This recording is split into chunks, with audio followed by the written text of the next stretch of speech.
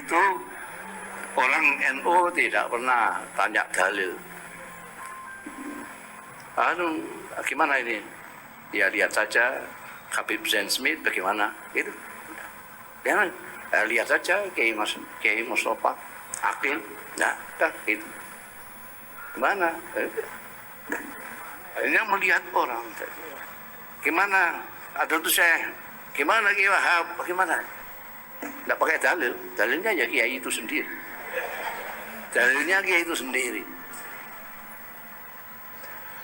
Nah ini juga tantangan juga untuk kiai-kiai sekarang ya.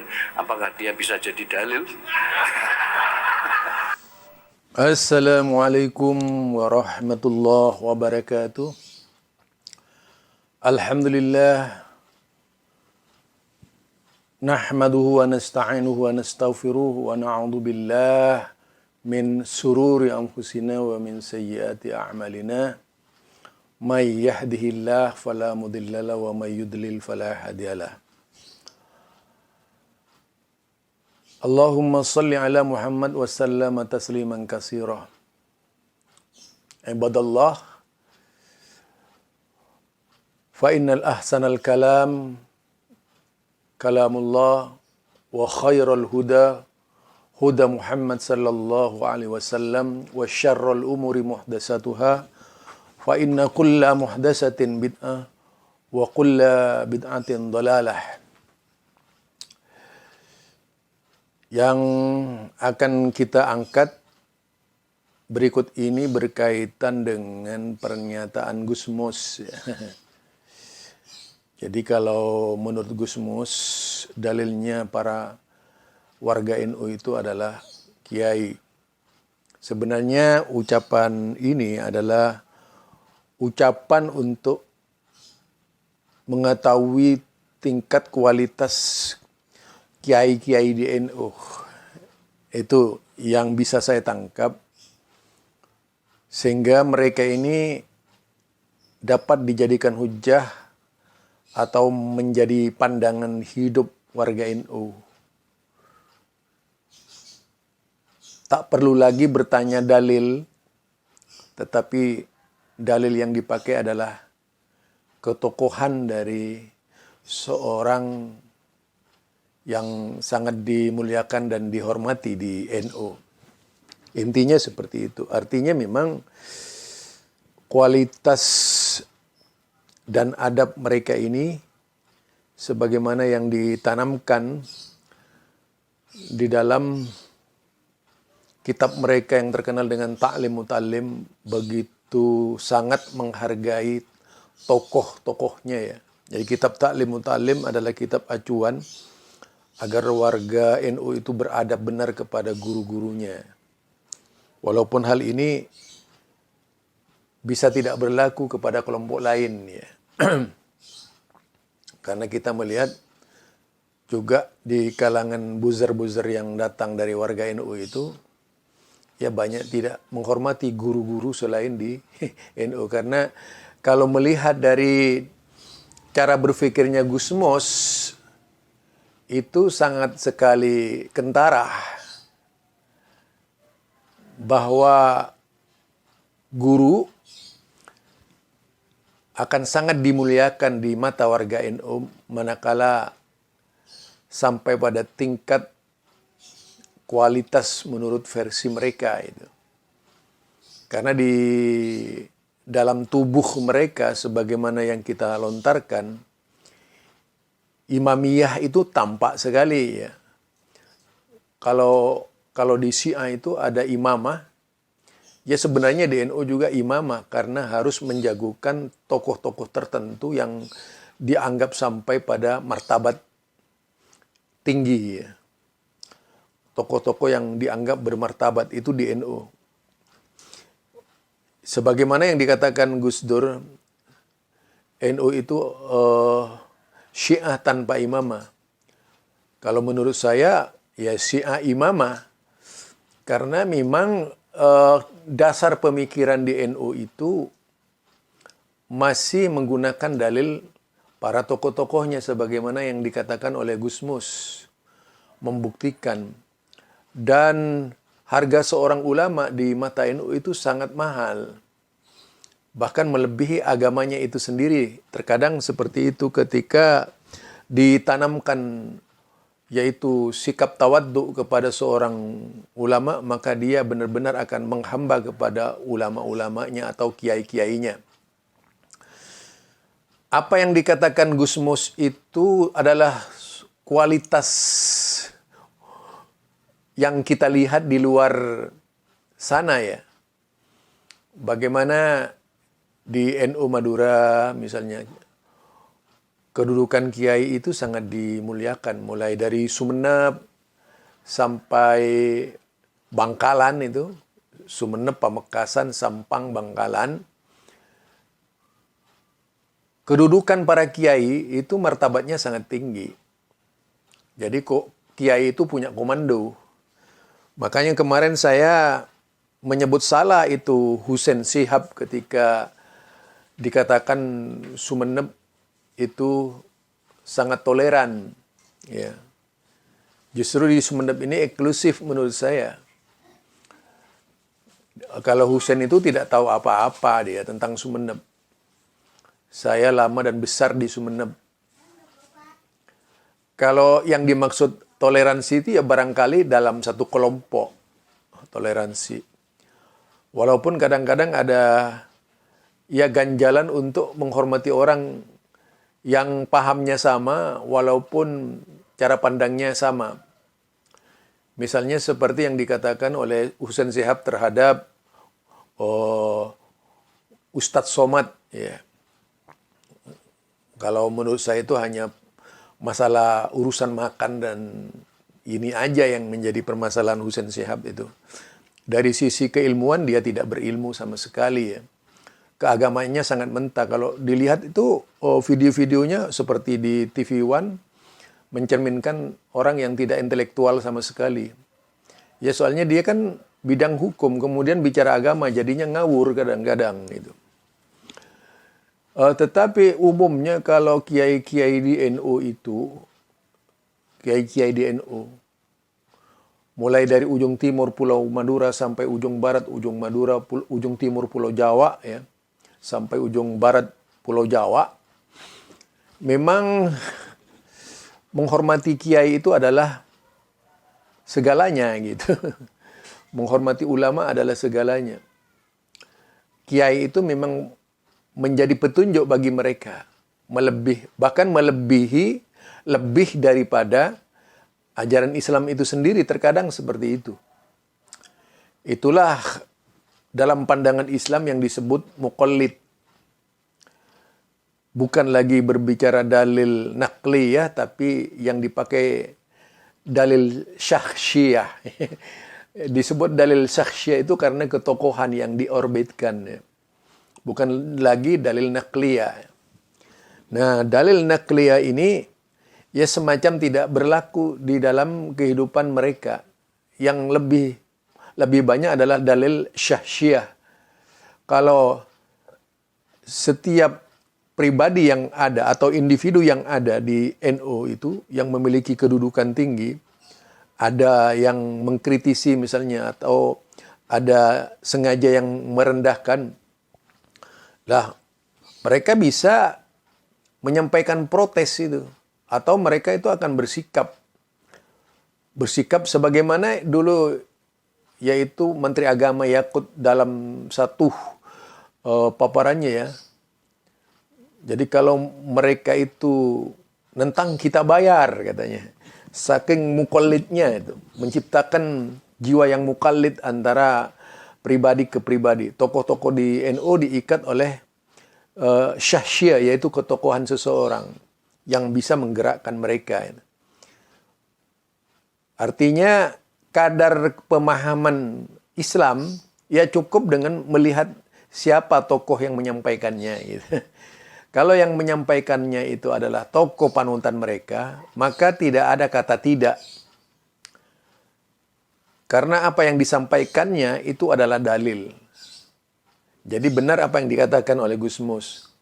Mulai dari ujung Madura sampai ujung timur Pulau Madura sampai ujung barat ujung Madura itu, kalau dipahami secara melalui ventilasi sejarah, memang yang tercipta di Sumeneb itu adalah yaitu tadi sikap tawaddu mereka kepada kiai gitu, yang sangat tinggi.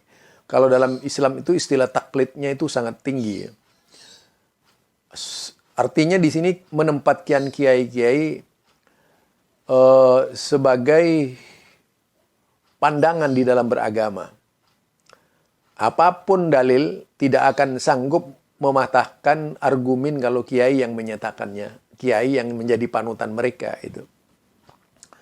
Jadi tidak akan ada dalil yang mampu mematahkannya. Ya seolah-olah begini, seandainya ya ini ada yang mengatakan bahwa ada kiai NU misalnya, dia panutan dan sebagainya. Misalnya saja ini ya. Dari sikapnya bertentangan dengan agama, lalu mengeluarkan fatwa-fatwa mengatasnamakan agama. Kemudian ada ustadz yang menyampaikan Quran, menyampaikan sunnah. Bagi warga NU akan lebih mengutamakan kiai. Gitu. Jadi ini ucapan Gus Mus itu sangat benar sekali karena saya juga punya pengalaman dari perjalanan hidup saya itu dari ujung timur Pulau Madura sampai ujung barat Pulau Madura itu kiai di atas segala-galanya. Jadi jangan sampai kiai terusik itu biasanya mereka akan marah ya, bisa protes berkepanjangan karena bagi mereka kiai itu adalah dalil. Jadi luar biasa apa yang diungkapkan oleh Gus Mus. Beliau seorang sastrawan, pengamatannya sangat tajam ya. Walaupun tujuannya Gus Mus itu bukan sebagaimana yang saya inginkan. Tujuan Gus Mus saya lihat tuh lebih pada konsep seni pemikiran ya. Di mana ucapan seorang ulama panutan itu akan selalu diiyakan gitu ya. Jadi bagaimana kalau ulama tidak menjadi panutan di tengah-tengah Nahdlatul Ulama? Seolah-olah seperti itu apa yang disampaikan oleh Gus Mus. Ya. Karena terjadinya kegonjangan-kegonjangan pemikiran yang terjadi di NU. Ya tentunya dalam hal ini kalau kita tarik dari benang merahnya, ya ada ayat Al-Quran wala takfu ma laisa bihi ilm ma laisa laka bihi ilm. Jadi kita itu kalau tidak boleh mengikuti sesuatu yang tidak kita ketahui itu. Artinya dasar argumennya jelas atau tidak. Ini kalau berbicara pada konsep agama yang kita lihat dari visi dan misi yang terdapat di dalam agama itu sendiri. Artinya orang hanya dibuat tunduk kepada sesuatu yang datang kepada Quran, sesuatu yang datang dari hadis Rasulullah Sallallahu Alaihi Wasallam. Segala sesuatu yang yaitu membelakangi Quran dan As-Sunnah maka tidak perlu diikuti. Itu kalau kita melihat dari cara berpikir yang berkembang di dalam Islam berbeda dengan cara berpikir yang berkembang di ormas. Munculnya kitab Ta'lim Muta'allim itu kan sebenarnya untuk mendidik agar umatnya itu punya adab yang tinggi di dalam menuntut ilmu sehingga ilmunya bisa diserap dan diamalkan dengan sebenar-benarnya dari apa yang disampaikan oleh guru. Jadi yang diambil itu ilmunya. Itu. Makanya kalau kita melihat berbagai macam perkataan imam-imam madzhabul arba, jelas sekali tidak menganjurkan untuk taklid kepada dirinya, tetapi dianjurkan mereka untuk berpegang teguh kepada Quran dan As-Sunnah. Itu imam-imam mazhab. Karenanya berbicara agama di dalam pandangan Islam itu harus berdalil. Dalilnya yaitu Quran dan As-Sunnah.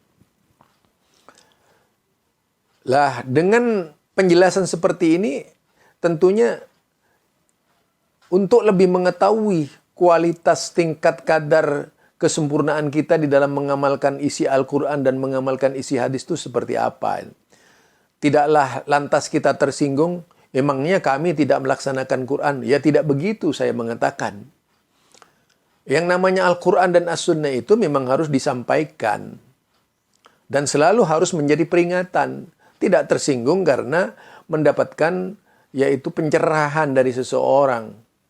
Lah, apa ruginya ya mendengarkan ceramah para ustadz-ustadz yang ada? Kan sejak dulu memang adanya tokoh-tokoh umat di tengah-tengah masyarakat tujuannya itu sebagai pencerah. Bagaimana masyarakat di Indonesia itu benar-benar menikmati pencerahan dari ulama-ulamanya atau bimbingan yang bisa merubah cara berpikir umatnya. Itu kalau kita lihat. Jadi disinilah taklid buta itu adalah yang semata-mata mereka yang berdalilkan sosoknya semata. Jadi mereka yang berdalilkan agama kepada sosok semata. Bukan berdalil kepada apa yang diucapkan oleh sosoknya. Bukan berdalil apa, yaitu dari mana tokoh masyarakat itu mengambilnya. Kalau menurut salah satu imam di kitab Imam Mazhab itu, kita itu dituntut mengambil perkataan seseorang dari mana seseorang itu mengambil perkataan. Maksudnya mengambil perkataan Al-Quran, mengambil perkataan As-Sunnah itu lebih utama daripada mendengarkan yaitu pencerahan yang tidak menggunakan Quran dan As-Sunnah, yang tidak didasarkan kepada Al-Quran dan As-Sunnah, yang menjauhkan dari kualitas Al-Quran dan As-Sunnah. Jadi inilah perbedaannya konsep Islam dan konsep di dalam ormas-ormas Islam ya. Walaupun tujuannya itu sama gitu. Ya begini nih, kalau kita secara logika, kita misalnya punya tujuan ke Surabaya, ke Jakarta, itu sama tujuannya. Ada yang mengendarai kendaraan bermotor, ada yang mengendarai mobil, ada yang mengendarai kereta api, pesawat, dan sebagainya. Yang jelas risikonya itu kalau pulang ke Jakarta mengendarai sepeda motor misalnya. Rintangannya kan cukup banyak, kemudian hanya seorang diri atau goncengan gitu. Sehingga rentan permasalahan itu. Istilahnya seperti itu, di dalam agama juga seperti itu. Bisa sampai kepada tujuan dan bisa tidak kepada tujuan. Manakala yaitu manhaj yang dipakai oleh kita itu sesuai dengan kehendak Allah dan Rasulnya. Kalau metode yang kita pakai menyimpang dari Allah dan Rasulnya, itulah yang tak bisa diharapkan. Jadi ini ya titik beratnya pemahaman. Kalau kita ingin kembali kepada Al-Quran dan As-Sunnah, memang tantangannya adalah yaitu ketokohan tadi. Ketika kita mendengarkan ceramah siapa saja yang bersifat itu ketokohan, ya sah-sah saja. Tetapi janganlah sampai kemudian ketokohan itu menjadi bumerang kepada kita sehingga kita tidak mengenal Islam yang sebenar-benarnya itu. Karena ketokohan kadang-kadang bisa disalahgunakan untuk kepentingan hal atau kepentingan yang lain ya. Bukan lagi berbicara agama tapi kemudian yaitu bersifat doktrin. Jadi kalau ada orang yang berbicara doktrin seperti Islah Barawi, saya katakan memang doktrin itu bisa terjadi pada siapa saja. Orang yang mengatakan eksklusif misalnya terhadap Wahabi. Lah sebenarnya juga mereka eksklusif. Karena apa? Mereka menutup akses pemahaman dari Wahabi. Nah, kemudian Wahabi dituntut akses terbuka gitu dan sebagainya. Lucunya seperti itu kadang-kadang. Ini yang tidak adil cara berpikirnya orang-orang di dalam memahamkan organisasi gitu. Nah, organisasi itu ya harus mau menerima saran, tidak harus juga eksklusif. Tidaklah kepada orang yang dianggap bisa mendukung paham-pahamnya lalu terbuka, dan kepada orang yang tidak mendukung paham-pahamnya lalu tertutup. Kemudian mengecam orang lain eksklusif padahal diri sendiri itu eksklusif. Ini yang sering terjadi dalam peradaban manusia kelompok, ya, manusia golongan gitu. Atau sekte-sekte pemikiran yang ada di Indonesia. Mau menuduh orang lain intoleransi dan sebagainya, padahal intoleransi juga ditanamkan oleh mereka. Mereka ketika menyampaikan Anda intoleransi, sebenarnya juga sudah intoleransi.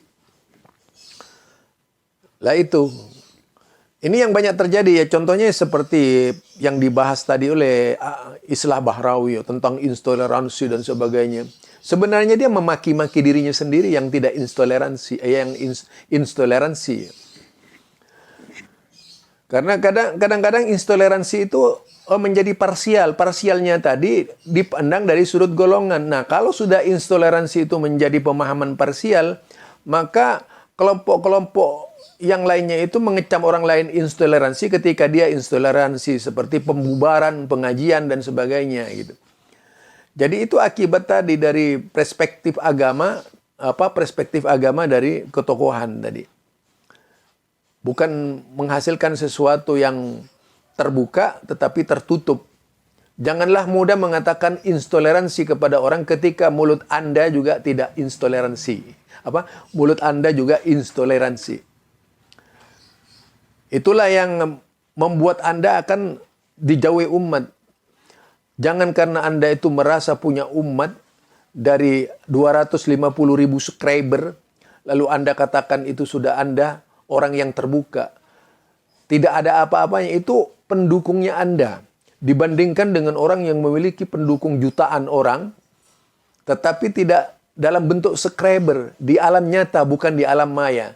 Anda mendapat dukungan subscriber di alam maya sudah merasa bangga, padahal tidak mampu akan menggerakkan mereka karena kita tidak tahu siapa mereka itu.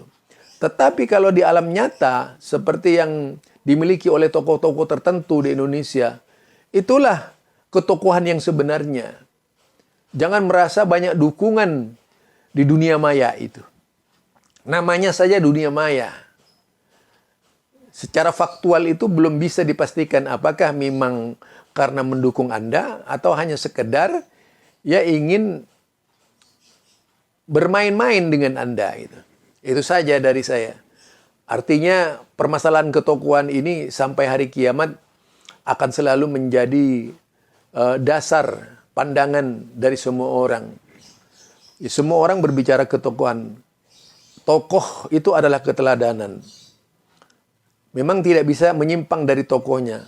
Kalau tokohnya adalah ahlul bid'ah misalnya, umatnya akan menjadi pengamal bid'ah. Kalau tokohnya ahlus sunnah, umatnya akan menjadi pengamal sunnah. Kalau tokohnya ahlus syirik, umatnya akan menjadi orang-orang yang mengamalkan syirik. Kalau tokohnya ahlut tauhid, umat akan menjadi yaitu orang-orang yang mengamalkan tauhid yang murni. Ini saja dari saya, Zulkarnain Al-Maduri.